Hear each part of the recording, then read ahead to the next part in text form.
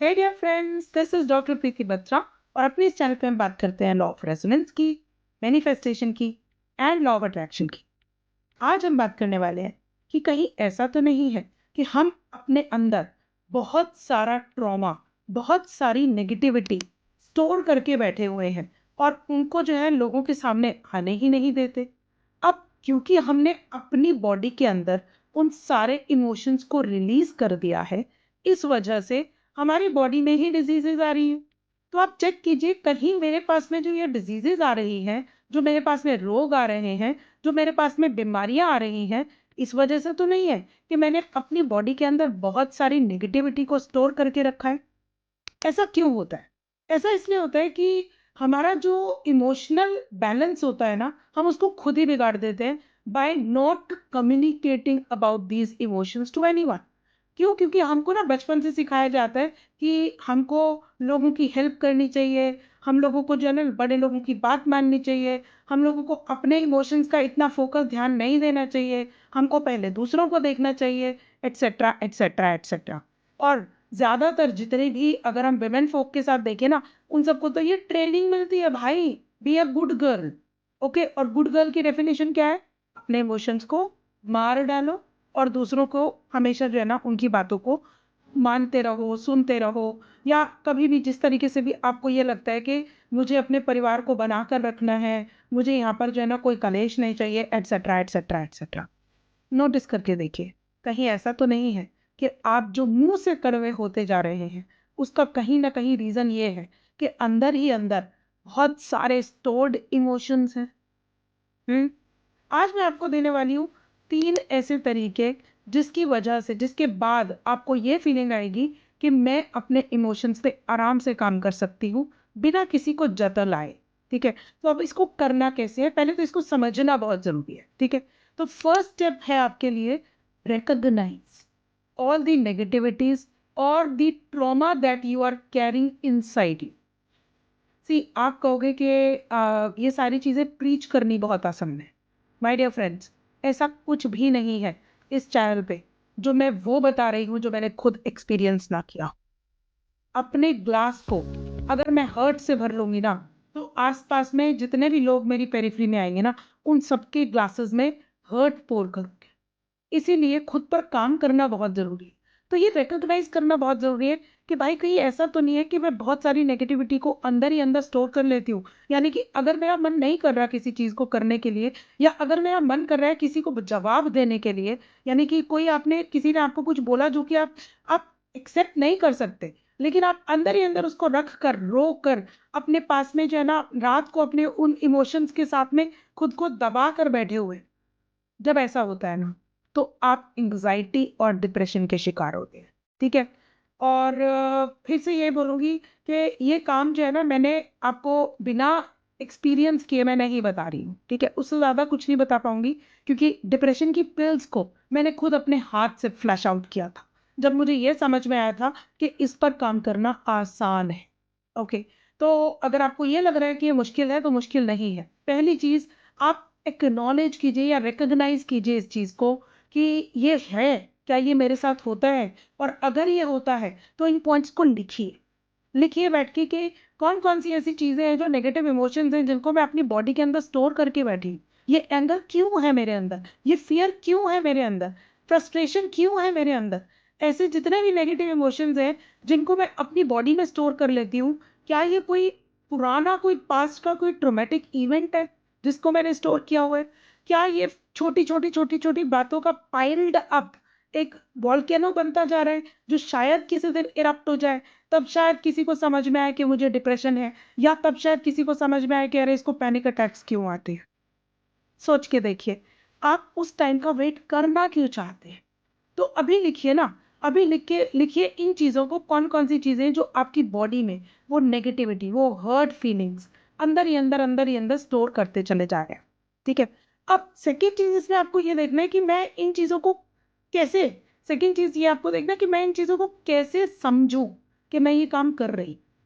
क्योंकि कभी कभी ना हमको ये ही नहीं पता चलता कि ये वाले इमोशंस के ऊपर, यानी कि नेगेटिव इमोशंस को संभाल के रखने के चक्कर में मेरे कुछ बिहेवियर में, कुछ डिफेंस मैकेनिज्म मेरा बनता जा रहा है, यानी मेरे इमोशनल डिफेंसेस हैं, जिनकी वजह से मैं इन चीज़ों को क्या करती हूँ, या तो अवॉइड करती हूँ या खुद को डिस्ट्रैक्ट करती हूँ। ठीक है? अब अवॉइड करना यानी कि कोई अगर आपसे उस चीज़ के बारे में बात करना शुरू करता है ना, यू जस्ट टेल देम मुझे इसके बारे में बात नहीं करनी। चाहे ये बिहेवियर है आपका, चेक कीजिए। अगर ये बिहेवियर है, इस बिहेवियर को समझने के बाद में आपको आराम से समझ में आएगा कि इस चीज़ को आप एक्नॉलेज कर पाएँगे कि आपके पास में वाक़ई नेगेटिविटी है। ठीक है? तो अवॉइड करते हैं हम, या फिर हम उसको अपने आप को डिस्ट्रैक्ट करते हैं। यानी कहीं और अपना माइंड लगाने की कोशिश करते हैं। Instead of thinking about that problem, we just move away from the problem. लेकिन खुद सोचिए ना, जब हमारे स्कूल में एग्जाम्स होते थे और अगर आप उसकी तैयारी नहीं करते थे तो हमारा रिजल्ट खराब आता था ना, तो बस वही हम अपने साथ करते, यानी कि हम एग्जाम को एक्चुअली फेस ही नहीं करना चाहते, एंड दैट्स द रीजन उसको डिस्ट्रैक्ट करते चले जाते। तो ये हमारा एक इमोशनल डिफेंस है। Please try and understand this emotional defence. Second defence जो हम इसमें अपने ट्रॉमा को, चाइल्डहुड ट्रॉमा को स्टोर करने के लिए हम करते हैं, हम एम्पैथाइज करते हैं लोगों के साथ। सरप्राइजिंग ना? हैरानी हो रही है ना इस बात की कि एम्पैथाइज करना क्या बुरी चीज है? यस माय डियर फ्रेंड्स, अगर हम मैनिफेस्टेशन की पॉइंट ऑफ व्यू से देखते हैं तो एम्पैथ बनना या फिर एम्पैथी किसी के लिए होना, ऐसे आप उस इमोशन में यदि ज्यादा देर रहेंगे ना, तो you are manifesting similar kinds of problem to come into your life. ठीक है? तो एम्पैथाइज करना यानी कि आप किसी के साथ में एम्पैथाइज तो करें, लेकिन एक थर्ड पर्सन पर्सपेक्टिव से। आपको उस चीज को खुद को फील करने की जरूरत नहीं है। तो हम जब ना, हमको ऐसे लगता है अरे ये तो मैंने भी फेस किया था, मेरे साथ भी बचपन में यही हुआ था, and then we start empathising those things. क्या ये अच्छी बात है? क्या हम जो है ना उन चीजों के लिए एम्पैथाइज करें और जिसके बाद में हमको खुद ही उस चीज को फेस करना पड़े? डोंट यू थिंक कि हमको उतना ही एम्पैथाइज करना चाहिए जिसमें हम एक थर्ड पर्सन पर्सपेक्टिव के साथ में उस इंसान को सिर्फ एक एक यू नो एक एक सद्भावना, यानी कि एक उसको कंधा दे रहे हैं अपना, कि हाँ ठीक है, तुम्हें जो भी प्रॉब्लम है ना, तुम मुझसे बात कर सकते हो, बट उसके बाद उस बात को हम अपने हेड में और अपने हार्ट में जगह नहीं देते। ठीक है? क्योंकि जहां पर भी हमारा हेड, हार्ट और गट अलाइन हो गया ना किसी इमोशन के साथ में, तो वो इमोशन हम अपनी लाइफ में इनवाइट करें। क्या आप चाहते हैं कि आप ऐसे किसी इमोशन को अपनी लाइफ में इनवाइट करें दोबारा, जिस इमोशन को आप पहले जी चुके हैं? नहीं ना? बस इस चीज का हमको फोकस करना है। कहीं ऐसा तो ये बहुत बड़ी एम्पैथ हूँ, यानी कोई भी किसी की भी प्रॉब्लम लेके ना अपने दिमाग के अंदर सोचना शुरू कर देती हूँ। तो माय डियर फ्रेंड्स, याद कीजिएगा, कोई ना कोई ऐसा ट्रॉमा जरूर है जिसको आप अभी भी स्टोर करके बैठे। ठीक है? अब थर्ड चीज यहाँ पर ही आती है, we start blaming people. Okay, ये जो हम जब अपनी इस चीज के लिए ब्लेम करते हैं, कैसे समझना है ना इस बिहेवियर को कि हमारे पास में ये ट्रॉमा एक्चुअली है, उसके लिए ये वाले जो सेकंड स्टेप है उसमें हमारा थर्ड चीज आ रही है कि हम ब्लेम करते हैं लोग।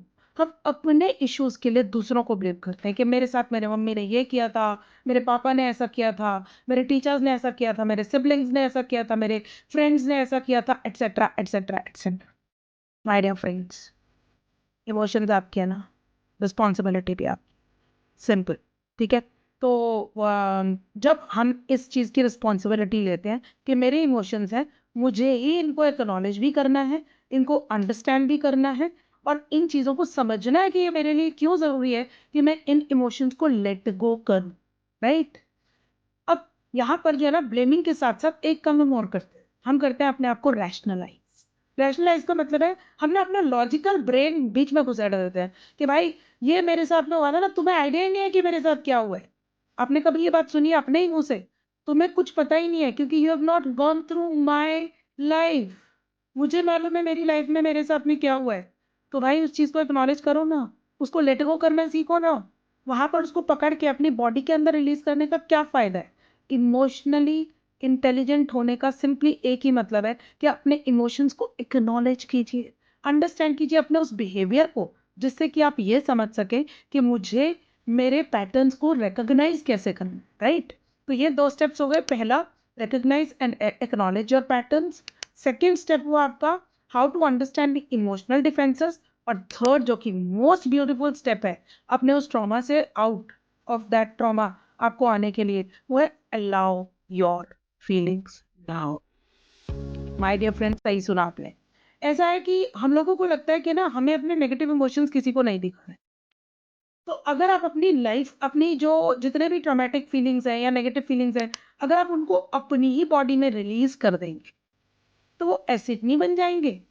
जैसे कि एक एसिड स्टोर होता है किसी बॉडी के अंदर, तो उस बॉडी को भी तो खराब ही करेगा ना। तो बस एग्जैक्टली यही चीज़ हमारे साथ में होती है। तो आप उस चीज़ को बाहर निकालने के लिए हमको क्या करना है, इसके लिए please watch my video how to let go things, क्योंकि वो बिल्कुल डिफरेंट जो है ना एक वीडियो उसके लिए बनाया हुआ है, how to let go things. तो बस पहला जो स्टेप है ना वो ये है, अपने इस ट्रॉमा को समझना कैसे है, ठीक है? To understand this trauma please follow these 3 steps. उसके बाद में प्लीज़ मुझे कमेंट्स में ज़रूर बताइएगा कि आपको कैसा लगा ये वीडियो सुनकर, और क्या आप मेरी कही हुई बातों को इम्प्लीमेंट कर रहे हैं? क्योंकि अगर आप इम्प्लीमेंट करेंगे ना, तो आपको डेफ़िनेटली रिज़ल्ट्स मिलेंगे, और जब आपको रिज़ल्ट्स मिलेंगे ना, तो आपको भी मज़ा आएगा और मुझे भी लगेगा कि अरे! मैंने किसी की लाइफ़ में कुछ छोटा-सा कंट्रीब्यूट किया। Thank you so much for watching.